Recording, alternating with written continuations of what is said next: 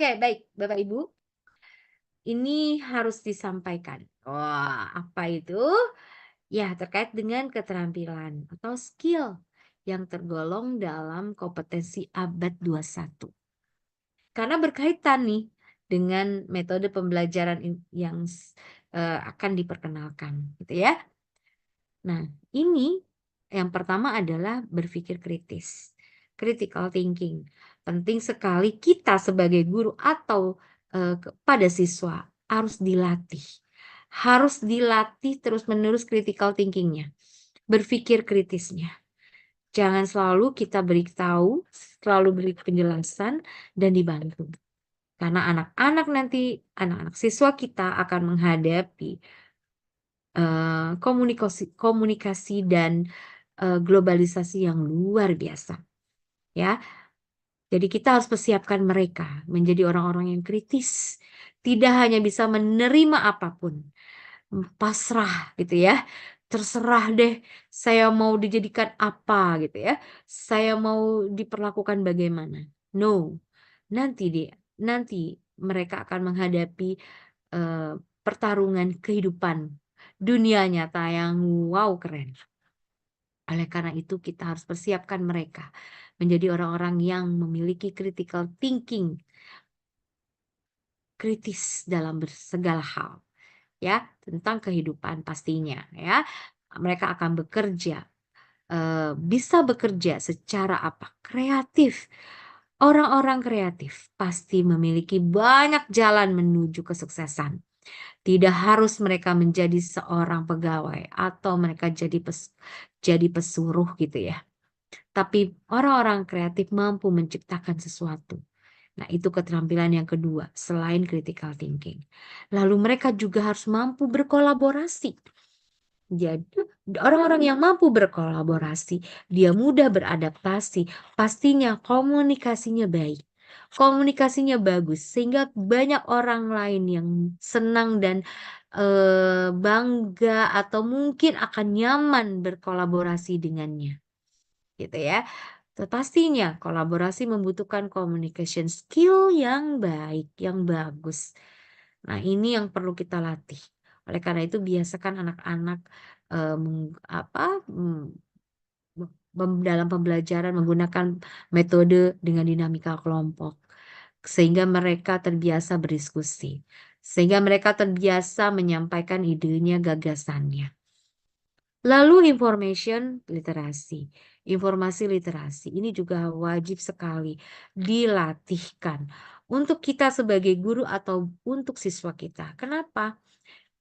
Informasi literasi ini udah kalau kita terbiasa menerima berita apapun, mau itu benar atau salah, sehingga kita mempunyai persepsi yang salah, hingga akan menimbulkan fitnah, akan menimbulkan kebencian dan lain sebagainya. Hati-hati. Jadi anak-anak harus dilatih. Informasi apapun yang mereka dapatkan harus diteliti dulu, ditelaah dulu kebenarannya. Nah, banyak hal ya, bahasa tulisan bisa berbunga, bisa dikurangi gitu ya, atau bisa menimbulkan persepsi yang berbeda-beda. Oleh karena itu, biasakan anak-anak atau kita sendiri membaca literasi secara utuh, lalu pelan-pelan dipikir secara matang, dipikir baik-baik, dan dicari tahu benar atau tidak sumbernya gitu ya. Ini adalah keterampilan ya terkait dengan information literasi. Lalu media literasi. Media literasi itu banyak sekali ya. Media-media literasi yang ada di saat ini bisa saja itu merupakan media digital atau yang berkaitan dengan teknologi ataupun media yang lain yang berkaitan dengan kemampuan kita menelaah, memahami sebuah pesan. Begitu juga dengan teknologi yang sekarang wow keren gitu ya. Hampir semua ranah di industri sudah banyak digantikan oleh tenaga mesin. Dan insya Allah Bapak Ibu guru tidak akan bisa tidak bisa digeser oleh teknologi. Tapi guru yang tidak dapat memanfaatkan teknologi akan tergeser dengan sendirinya. Oleh karena itu kehadiran Bapak Ibu guru di sini saya sangat apresiasi. Bapak Ibu guru adalah orang-orang yang ingin belajar, ingin terus meningkatkan kemampuan diri, apalagi di bidang teknologi. Jadi jangan melihat dari latar belakang pendidikannya saja, nggak jamin. Kadang-kadang kita kalah skillnya dibanding lulusan ya mungkin belum sarjana gitu ya, tapi ternyata kemampuan skillnya luar biasa. Itu juga jadi renungan buat kita. Artinya kalau kita mau menjadi guru yang, mampu bertahan di era,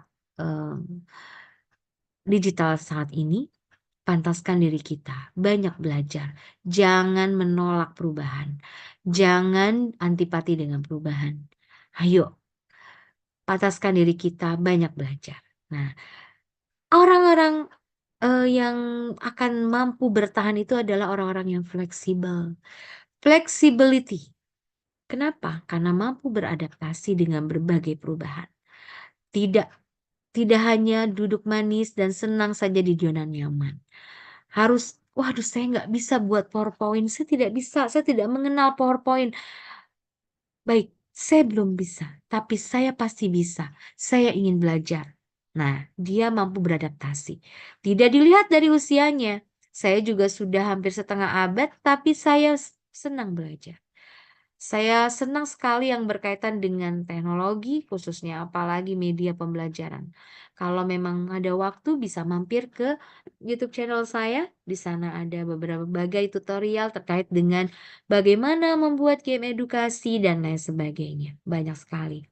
Karena apa? Karena saya mencintai profesi saya dan saya ingin banyak memberikan manfaat di profesi ini. Nah, saya harus beradaptasi. Ketika pandemi, saya waktu itu masih mengajar mahasiswa ya, saya bingung waktu pandemi. Aduh, kalau ngajarnya hanya menampilkan PowerPoint biasa, pastinya bosan. Apa yang harus saya lakukan? Saya belajar bikin animasi, gitu. Itu yang saya lakukan Bapak Ibu. Artinya saya mampu beradaptasi dengan kondisi, keterbatasan, kita tatap muka nggak bisa waktu pandemi itu kan memang betul-betul melatih kita untuk bertahan di dalam keterbatasan. Lalu leadership, pastinya Bapak Ibu setiap manusia adalah pemimpin bagi dirinya sendiri, minimal itu. Tetapi setiap manusia harus dilatih bisa memimpin orang lain atau lingkungannya. Nah, ini yang perlu dilatihkan oleh anak-anak.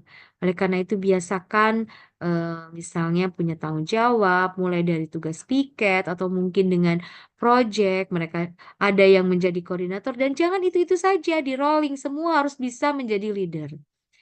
Gitu ya. Jadi, ini ternyata juga berimbas ya, guru-guru yang tidak terbiasa menerima tugas atau menjadi leader, biasanya akan kesulitan dia untuk bagaimana menularkannya kepada anak-anak didiknya. Jadi, kebetulan saya pengelola lembaga, saya membiasakan guru-guru itu punya tugas per topik gitu ya, misalnya per topik ada koordinatornya. Ada guru yang, menjadi koordinatornya, bergantian, bergiliran, dan diberikan tanggung jawab. Mereka harus membuat laporan setiap topiknya selesai, itu contohnya kayak gitu.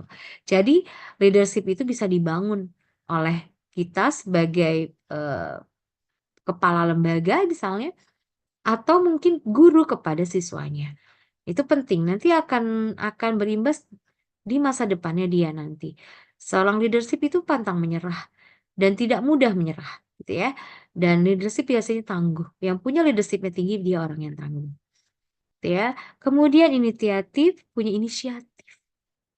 Biasanya seorang leader itu punya kemampuan inisiatifnya yang tinggi. Tidak menunggu, tidak menunggu diberitahu, tidak menunggu dijelaskan, tidak menunggu untuk diberi gagasan oleh orang lain, tapi menunjukkan inisiatifnya. Nah, produktif. pastinya produktif. Ada hasil karya yang dihasilkan, hasil buah pikirnya. Tidak harus berupa produk dalam bentuk konkret nyata, tapi bisa saja dengan gagasan-gagasannya. Dia menjadi orang yang produktif, yang menelurkan banyak ide, banyak gagasan, banyak masukan. Wow, keren. Kalau bisa membuat siswa Bapak Ibu di kelas bisa seperti itu, begitu hidup, begitu antusias, Bapak Ibu berhasil membangun komunikasi yang baik dengan siswa-siswanya. Nah, kaitannya ke social skills. Biasanya siswa yang memiliki keterampilan komunikasi yang baik, kolaborasi, kreatif, critical thinkingnya, leadershipnya, fleksibelnya, inisiatifnya, produktif, pasti biasanya eh, dia ada skill yang semakin meningkatkan keterampilan sosialnya. Karena di keterampilan sosial ini dia mampu beradaptasi dengan lingkungannya dan menjadi orang-orang sosial yang punya komunikasi yang baik. Karena pastinya ya, orang sekitar kita, lingkungan kita akan senang, bahagia bersama kita, nyaman bersama kita karena kita juga baik, gitu ya. Oke. Nah, di sini kan keterampilan ini kompetensi abad 21 yang perlu kita miliki. Pergeseran paradigma belajar abad 21 juga akan berpengaruh kepada metode atau model pembelajaran. Nah, sebenarnya sudah kita rasakan ya, ciri abad 21 tuh informasi itu beredar di mana aja, kapan aja. Wow, jejak digital tidak bisa dihilangkan. Walaupun kita sudah delete video atau apapun informasi yang terlanjur tersebar. Tapi bisa saja itu sudah ada orang yang merekamnya. Apalagi kalau sesuatu yang sensitif. Jadi harus berhati-hati. Nah, karena itu model pembelajaran diarahkan untuk mendorong peserta didik mencari tahu dari berbagai sumber observasi dan bukan diberitahu. Jadi Bapak Ibu dalam pembelajaran karena informasi tersedia di mana saja dan kapan saja, jadi dalam pembelajaran nggak perlu kita beritahu, kita jelaskan lagi.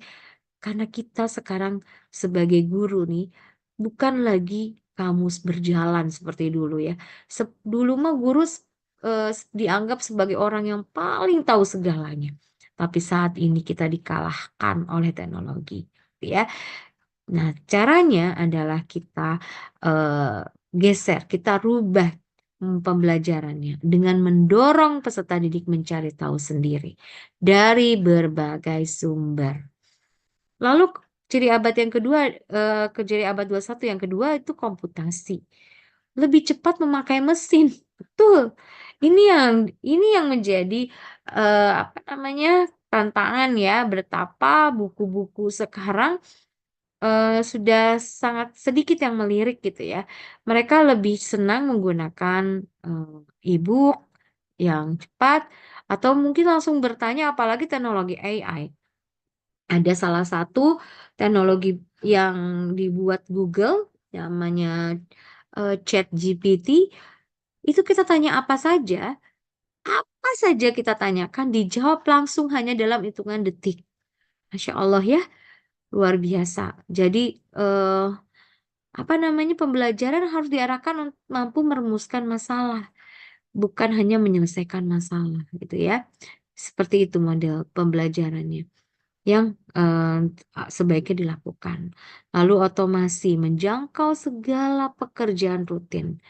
Pembelajaran diarahkan melatih berpikir analitis, mengambil keputusan, bukan berpikir mekanistis. Kalau mekanistis itu rutinitas saja. Ya, jadi yang sudah Ibu bentuk seperti itu, ya seperti itu. Nah, kalau analitis, dia akan berpikir analitis dulu.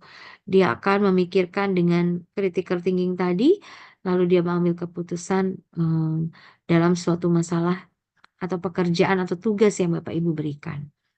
Lalu komunikasi, itu dari mana saja, kemana saja. Wow, pokoknya luar biasa ya terkait dengan teknologi komunikasi ini. Jadi kemana pembelajarannya menekankan pentingnya kerjasama, kolaborasi dalam menyelesaikan masalah. Isi otak setiap manusia nggak akan sama. Pastinya ada yang sudah paham lebih dulu gitu. Jadi dengan kerjasama dan kolaborasi, apalagi dengan melatih keterampilan komunikasi siswa kita, kita jadi memberikan peluang mereka untuk mendapatkan banyak informasi dari berbagai sumber untuk menyelesaikan masalahnya. Ini ya Bapak Ibu, ternyata apa sih urgensinya kita menggunakan pembelajaran yang interaktif dan menggunakan pembelajaran yang berbeda dari sebelumnya. Oke.